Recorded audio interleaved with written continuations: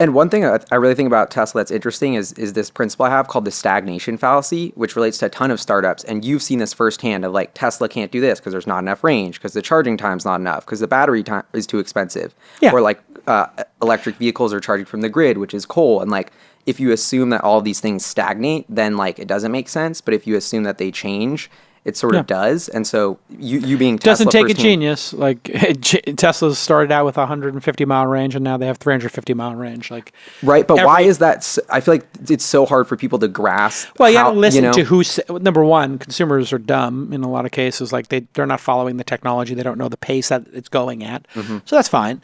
But then you have the other side of the equation, the people who own the internal combustion engines were spreading that information. So they were like, oh my God, you know, the range is an issue. Anybody who has an electric car knows range is not an issue, because 99% of your trips, or 99.9% of the time you use your car, you don't need to charge it.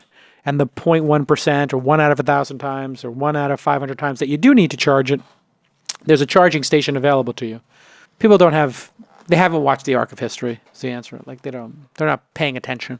Yeah. And also they were promised flying cars in the 50s and 60s and they never got them. So they're cynical. And so how do you feel about being an early customer since you bought the Roadster of sort of subsidizing this mission? Because, you know, when I was following Tesla, I got involved because it's like, we need to get off fossil fuels. This is the most important challenge. Yeah, that's the reason I did it. And it was my friend. But nobody believed in it. And so to me, I feel like the best like story in humanity, or like in the news, or like that everyone should be talking about, is like not only is Tesla succeeding, but every single automaker has done a 180 in just my short time watching this of electric cars are a niche. The Model S cannot even sell close to 20,000 cars a year. Like I remember when I was in finance school, I pitched it, all my professors, like this is a joke because luxury cars only sell that. Like, but now every single automaker is committed to EVs. So how does that feel to be involved in that? Because to me, it's super inspiring to watch. Yeah, no, I mean, I think everybody who bought the $150,000 Roadster knew they were subsidizing the Model S, and people who bought the Model S and X knew they were subsidizing the Model 3.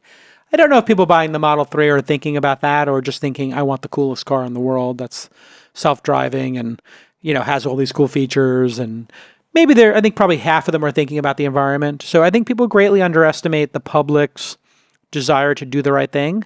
The why behind Tesla, I feel like it's super, super powerful. It is. And then people are also underestimating like how delightful the product is.